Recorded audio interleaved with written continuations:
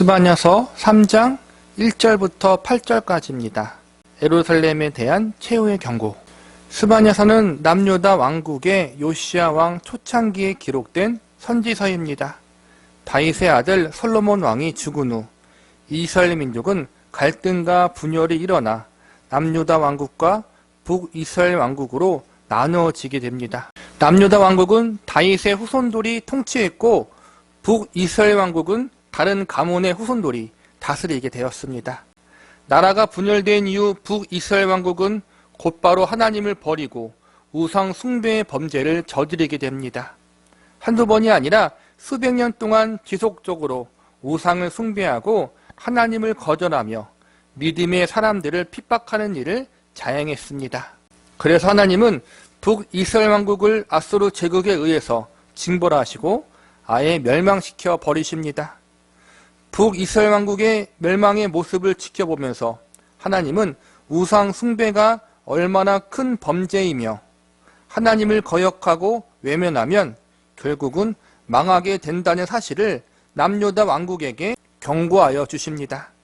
다행히 남유다 왕국에는 믿음의 왕들이 있었습니다. 때론 부패하고 타락한 왕들도 있었지만 히스기야나 요시야 왕 같은 믿음의 왕이 있었기에 북이스라엘 왕국보다 조금 덜 타락하고 중간중간에 회개하는 역사들이 일어나 멸망당하는 일을 간신히 면하며 살아왔습니다. 그런데 그럼에도 불구하고 여전히 남유다 왕국 안에도 우상 숭배의 범죄가 뿌리 깊게 남아있었고 하나님이 미워하시는 여러 가증스러운 범죄들이 완전히 사라지지 않고 존재하고 있었습니다. 믿음의 왕들이 통치하고 나라를 다스릴 때에는 이러한 범죄들이 겉으로 드러나지 않고 있다가 믿음의 왕들이 죽으면 곧바로 숨어 있었던 우상 숭배를 비롯해 각종 범죄들이 나라 안에 만연해지는 일들이 반복되었습니다. 스바냐 선지자가 기록될 당시에도 마찬가지였습니다. 지금 남유다 왕국 안에는 므낫세라는 악한 왕의 잘못된 영향력이 뿌리 깊게 남아 있었습니다. 므낫세 왕이 남긴 악한 영향으로 말미암아 우상들을 섬기는 죄, 도덕적 윤리적으로 타락한 죄가 나라 안에 만연해 있었습니다. 비록 믿음의 왕 요시야가 다스리는 나라였지만 이 므낫셋이 남긴 악한 영향력이 너무나도 깊게 남아 있어서 그 죄악의 영향력으로부터 오랜 시간 동안 벗어나지 못하고 있었던 것입니다. 그리고 나중에는 이 뿌리 깊은 죄악의 영향력이 남유다 왕국이 멸망당하는 결정적인 결과를 가져오게 됩니다. 오늘 배우게 될 말씀은 남유다 왕국의 수도인 예루살렘을 향한 하나님의 책망과 심판에 대한 말씀입니다. 북이스라엘 왕국이 남유다 왕국보다 먼저 멸망당합니다. 북이스라엘 왕국이 왜 멸망당했는지, 그들이 하나님 앞에 어떻게 범죄하여 어떻게 멸망당하는지를 남유다 왕국은 똑똑히 목격했습니다. 그런데 자신의 형제였던 북이스라엘 왕국이 하나님 앞에 범죄하여 멸망당했던 사실을 분명히 목격했음에도 불구하고 지금 남유다 왕국이 동일한 범죄를 저지르고 있음을 하나님은 지적하고 있습니다. 본문 1절과 2절을 보시기 바랍니다. 폐역하고 더러운 곳, 포악한 그 성읍이 화 있을진저 그가 명령을 듣지 아니하며 교훈을 받지 아니하며 여호와를 의뢰하지 아니하며 자기 하나님에게 가까이 나아가지 아니하였도다. 북이스라엘 왕국이 하나님의 명령을 듣지 않고 하나님을 의뢰하지도 않았고 그래서 결국 멸망당한 것을 목격하고서도 여전히 죄를 회개하지 않는 남유다 왕국을 하나님이 책망하고 있는 것입니다. 폐역하고 더러운 곳, 포악한 성읍은 남유다의 수도 예루살렘을 지칭하는 것입니다. 예루살렘은 우상 숭배와 각종 범죄의 중심지였습니다. 하나님은 타락과 부패함의 온상지가 되어버린 예루살렘을 향하여 하나님의 화가 있을 것이라고 경고하고 있습니다. 오늘 본문의 말씀에 기록된 예루살렘에 대한 하나님의 경고의 말씀에 대해서 살펴본 후 이 경고의 메시지를 통하여 하나님의 백성들이 깨닫고 배워야 하는 교훈은 무엇인지, 오늘을 살아가는 저와 여러분에게 전달하시고자 하는 메시지는 무엇인지 알아보는 시간을 가져보도록 하겠습니다. 첫 번째, 나라의 위정자들에게 경고의 메시지를 전합니다. 본문 3절을 보시기 바랍니다. 그 가운데 방백들은 부르짖는 사자요 그의 재판장들은 이튿날까지 남겨두는 것이 없는 저녁 일이요. 방백은 나라의 주요 지도자들로서 오늘날로 보자면 지방의 고위 공무원들이라고 할 수 있습니다. 재판장들 역시 나라를 이끌어가는 주요 지도자들입니다.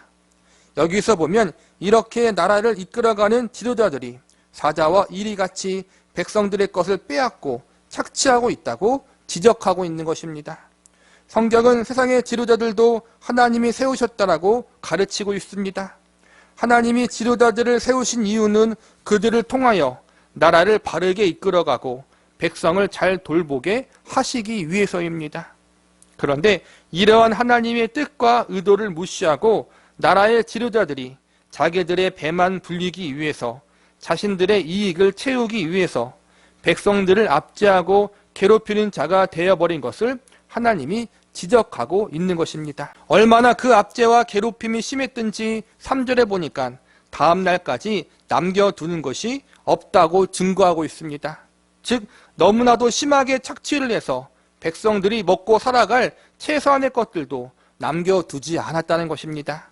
그들이 보살피고 돌봐야 할 백성들을 오히려 무자비한 사자와 이리처럼 잡아먹는 자들이 되었다는 것은 하나님이 맡겨주신 일에 대한 소임을 다하지 못한 죄와 더불어 하나님 보시기에 악독한 범죄를 저지른 것입니다. 그래서 하나님이 그들을 심판하시겠다는 것입니다. 스바냐 선지자가 살았던 시대와 같이 오늘날 우리가 살고 있는 이 시대와 이 현실 속에 우리는 강자가 약자를 억압하고 연약한 사람들이 고통받는 모습을 발견합니다. 나라의 지도자들이 국민들을 위해서 일하기보다는 자기 자신의 사리 사욕을 챙기는 모습을 목격하기도 합니다.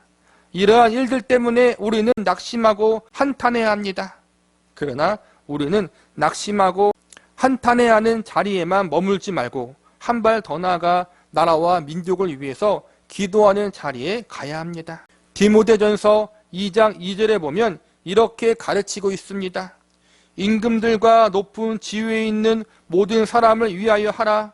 이는 우리가 모든 경건과 단정함으로 고유하고 평안한 생활을 하려 함이라. 나라의 지도자들을 위해서 기도하는 이유 중 하나가 기도하는 우리의 경건과 단정함 그리고 고유하고 평안한 생활을 위해서라고 가르치고 있습니다. 그리고 이것이 하나님 앞에 선하고 받으실 만한 것이라고 선언하고 있습니다. 지도자들이 부패하고 타락하면 나라가 위기에 빠집니다. 이것은 역사적인 사실입니다.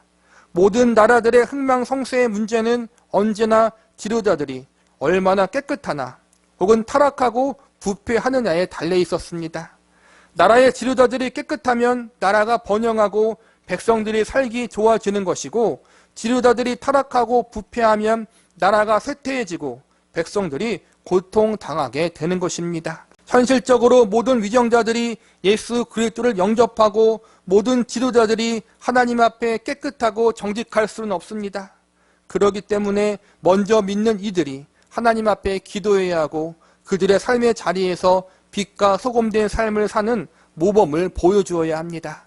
무엇보다 믿는 지도자들이 바른 신앙을 가진 지도자들이 나라 안에 많이 세워지도록 기도해야 합니다. 우리나라 사회 모든 영역 가운데 올바른 믿음의 지도자들이 세워지기 위해서 또한 불신자들 지도자들을 보좌하는 사람들 가운데서도 믿음의 보좌관들이 많이 세워지기를 위해서 기도하시기 바랍니다. 믿는 우리가 먼저 하나님 앞에 간구하고 먼저 믿는 우리들이 하나님 앞에 마땅히 감당해야 할 선한 일들을 잘 감당할 수 있기를 위해서 힘써야 하고 애써야 합니다. 나라와 지도자들에 대한 불평과 불만을 표현하기에 앞서서 믿는 저와 여러분이 먼저 하나님 앞에 기도하고 먼저 세상에서 빛과 소금의 역할, 그리스도의 향기를 드러내는 삶을 살아갈 수 있기를 기도합니다. 두 번째, 종교 지도자들에게 경고의 메시지를 전하십니다. 본문 4절을 보시기 바랍니다. 그의 선지자들은 경솔하고 간사한 사람들이요 그의 제사장들은 성소를 더럽히고 율법을 범하였도다. 나라의 위정자들의 범죄함을 질책하신 하나님은 이번에 종교 지도자들의 잘못에 대해서도 언급하십니다. 4절에 보니까 선지자와 제사장이 등장합니다. 성경이 완성되지 않았던 구약시대에는 하나님이 선지자를 통해서 하나님의 뜻을 백성들에게 전달하셨습니다. 그리고 제사장들은 백성들에게 율법을 가르치는 일과 종교 의식을 주관하는 일을 감당했습니다. 그런데 이 두 종류의 종교 지도자들에 대해서 하나님이 어떠하다고 말씀하십니까? 선지자들은 경솔하고 간사한 사람이라고 질책하십니다. 이 말씀의 의미는 선지자들은 하나님의 말씀만 전해야 하는데 하나님의 말씀이 아닌 인간적인 생각과 뜻을 전한다는 것입니다. 무엇보다 가장 큰 문제는 죄를 짓고 있는 이스라엘 백성들을 향해서 심판의 메시지와 경고의 메시지를 전해야 하는데 이러한 메시지는 전하지 않고 백성들이 듣기 좋은 말만 전한다는 것입니다. 죄에서 돌이키고 회개하십시오라고 선포해야 할 선지자들이 아무 문제 없으니 걱정하지 마십시오. 하나님이 복 주십니다라고 잘못된 메시지만 전하고 있다는 것입니다. 사람들이 듣기 좋아하는 말만 전한다고 해서 경솔하고 간사한 사람들이라고 하나님이 말씀하신 것입니다. 제사장들은 또 어떻습니까? 그들은 성소를 더럽히고 율법을 범했다고 나와 있습니다. 이는 하나님 앞에 올바로 드려져야 할 제사를 그릇되게 드렸다는 것입니다. 하나님이 정하신 율법에 따라 말씀에 따라 하나님을 섬겨야 하는데 말씀과 상관없이 자신들의 임의대로 하나님을 섬기고 제사를 드렸다는 것입니다. 또한 성전 안에서 하나님께 바쳐질 예물들을 중간에서 훔치는 일도 행했습니다. 제사를 지내는 사람에게 바가지를 씌우며 부당한 이익을 취하는 일도 행했습니다. 결국 하나님을 섬긴다는 선지자나 제사장이나 모두 하나님의 뜻과 하나님의 말씀과 전혀 상관이 없는 삶을 살았다는 것입니다. 그들이 행하는 종교적인 모든 행위들이 하나님의 뜻과 전혀 상관이 없이 행해졌다는 것입니다. 결국 왜 이러한 일이 벌어지는 것입니까?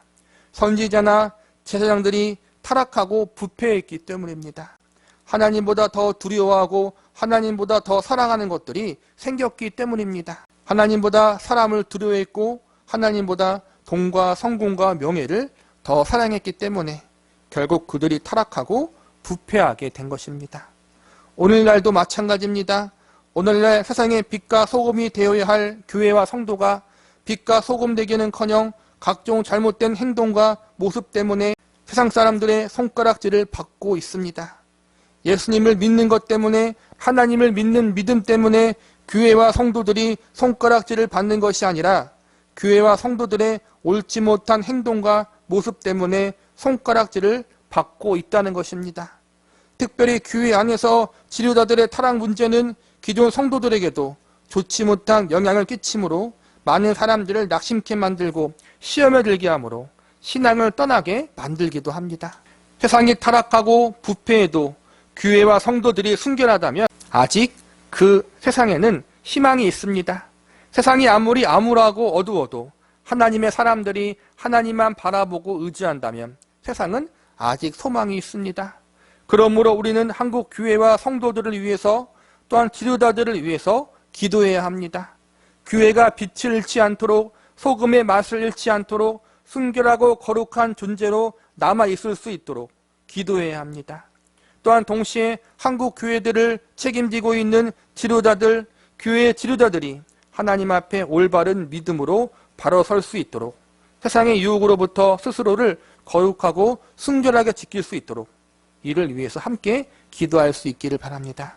본문 5절을 보시기 바랍니다. 그 가운데 계시는 여호와는 의로우사 불의를 행하지 아니하시고 아침마다 빠짐없이 자기의 공의를 비추시거늘 불의한 자는 수치를 알지 못하는도다. 여기서 보면 그 가운데 계시는 여호와라고 나와 있습니다. 이 말씀은 하나님께서 하나님의 백성들 가운데 그리고 하나님의 성전 가운데 계시다는 말씀입니다. 예루살렘은 하나님의 성전이 있는 곳이었습니다.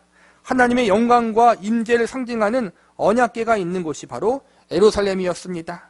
그래서 구약 시대에는 하나님의 성전과 언약궤가 있는 예루살렘은 축복의 장소였습니다. 그런데 이 축복의 장소였던 예루살렘이 인간들의 범죄함으로 인해서 그들의 부패와 타락함으로 말미암아 축복의 장소가 아니라 심판의 장소가 될 것이라는 경고를 받고 있는 것입니다. 하나님은 의로우시고 불의를 행하지 아니하시는 분이십니다. 다시 말하면 죄인들에 대해서 철저한 죄값을 치르게 하는 공의로우신 분이라는 것입니다. 인간들은 자신이 처한 상황과 환경에 따라 정의의 기준도 달라지고 심판의 기준도 달라집니다. 오늘의 정의에 대한 기준이 내일에는 불의에 대한 기준이 될 수 있습니다. 사람들이 정의라고 여겼던 것이 나중에는 악이라고 여겨질 수가 있다는 것입니다. 그러나 하나님은 그렇지 않습니다. 그분은 아침마다 빠짐없이 그분의 공의를 비추시는 신실하신 하나님, 영원히 변치 않으시는 하나님, 어제나 오늘이나 영원히 동일하신 하나님이십니다. 그분의 정의는 가장 완전하고 그분의 공의는 가장 완벽합니다. 그분이 내리신 판단은 가장 선합니다. 그 하나님께서 하나님의 말씀을 거역한 불의한 죄인들을, 자기들의 범죄함의 수치를 인정하지 않는 자들을 반드시 심판하시겠다라고 선언하십니다. 그렇다면 죄인들을 향한, 회개를 거절한 자들을 향한 하나님의 심판이 어떻게 임한다고 말씀하고 있습니까? 가장 먼저 예루살렘이 무너질 것임을 경고하십니다. 본문 6절을 보시기 바랍니다. 내가 여러 나라를 끊어버렸으므로 그들의 망대가 파괴되었고 내가 그들의 거리를 비게 하여 지나는 자가 없게 하였으므로 그들의 모든 성읍이 황폐하며 사람이 없으며 거주할 자가 없게 되었느니라. 망대와 거리는 이스라엘 백성들이 의지하는 그들의 힘과 능력을 의미합니다. 망대는 적의 침입으로부터 성을 보호하는 군사시설입니다. 거리는 사람들이 지나다니는 길로 사람들이 일상의 삶을 살아갈 수 있도록 돕는 기반시설입니다. 즉 망대와 거리는 이스라엘 백성들이 믿고 의지했던 모든 것이라고 할 수 있습니다.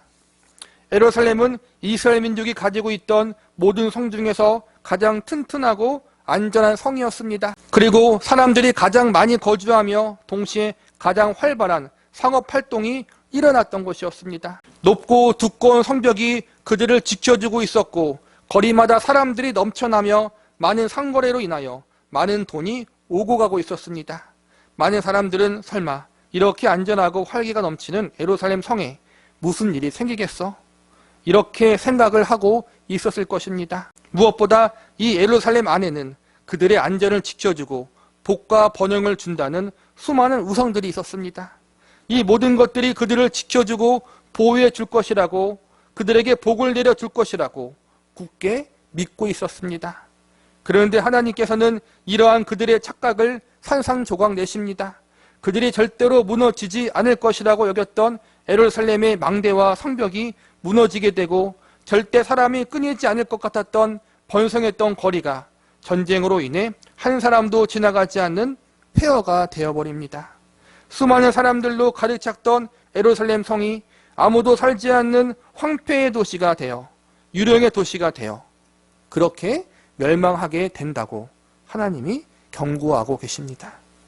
그 다음 하나님은 열방으로 흩어버릴 것을 경고하십니다. 본문 8절을 보시기 바랍니다. 나 여호와가 말하노라. 그러므로 내가 일어나 벌할 날까지 너희는 나를 기다리라. 내가 뜻을 정하고 나의 분노와 모든 진노를 쏟으려고 여러 나라를 소집하며 왕국들을 모으리라. 온 땅이 나의 질투의 불에 소멸되리라. 8절에서는 하나님께서 반드시 죄인들을 심판하신다. 타락한 이스라엘 백성들을 징계하신다는 하나님의 엄중한 경고의 메시지가 기록되어 있습니다. 6절에서는 예루살렘 성의 멸망에 대해서, 8절에서는 이방 민족을 통해 이스라엘 민족을 멸망시켜 버리겠다라는 하나님의 심판의 메시지가 기록되어 있습니다. 하나님의 심판이 얼마나 엄중한지, 하나님의 모든 분노와 진노를 쏟아버린다고 이야기하고 있습니다. 결국 이 말씀대로 남유다 왕국은 바벨론 제국에 의해서 멸망당하고 남유다 백성들은 바벨론 제국이 통치하는 여러 지역으로 끌려가게 됩니다. 남유다에 속한 모든 성읍들이 불에 타서 없어져 버립니다. 수도 예루살렘 성은 성전을 비롯해 모든 것이 불에 타서 무너져 버립니다. 아무것도 남은 것이 없을 정도로 철저하게 파괴되어 버립니다. 우리는 남유다 왕국에 대한 하나님의 경고의 말씀에 귀 기울여 들어야 합니다. 왜냐하면 이 경고의 말씀, 심판의 말씀이 우리나라와 민족 그리고 우리가 속한 공동체를 향한 말씀이 될 수 있기 때문입니다. 하나님을 거역하고 하나님이 미워하시는 범죄를 계속해서 짓는다면 우리 민족 역시 우리가 속한 공동체 역시 이러한 하나님의 준엄한 심판을 받게 될 것입니다. 불신자들에게 회개를 외쳐야 하지만 그들은 회개의 이유를 잘 알지 못합니다. 그래서 우리는 믿는 자들로서 우리가 먼저 하나님 앞에 나아가 우리의 민족의 죄, 우리 공동체의 죄, 우리 자신의 죄를 놓고 회개의 기도를 해야 합니다. 우리의 죄를 자복하고 하나님의 은혜와 긍휼을 구해야 합니다. 본문 7절을 보시기 바랍니다. 내가 이르기를 너는 오직 나를 경외하고 교훈을 받으라. 그리하면 내가 형벌을 내리기로 정하기는 하였지만 너의 거처가 끊어지지 아니하리라 하였으나 그들이 부지런히 그들의 모든 행위를 더럽게 하였느니라. 이 말씀은 회개를 촉구하는 메시지입니다. 심판의 말씀은 회개를 촉구하는 기회를 주신다는 말씀입니다. 스바냐 선지서에는 남은 자 사상이 있다고 배웠습니다. 남은 자는 부패하고 타락한 이 땅 가운데 하나님을 끝까지 신뢰하고 붙잡은 사람들입니다. 하나님은 그들을 심판 속에서 구원해 주신다고 약속하십니다. 오늘날 남은 자들은 바로 모든 그리스도인들입니다. 하나님 앞에 회개함으로 예수 그리스도의 대속의 은혜를 의지하는 자가 바로 남은 자들인 것입니다. 그러나 우리는 우리가 구원받았다는 사실에 안도해서는 안 됩니다. 우리는 우리가 속해 있는 나라와 민족, 공동체를 위해서 그들 역시도 하나님 앞에 회개하고 돌아오기를 위해서 기도해야 합니다.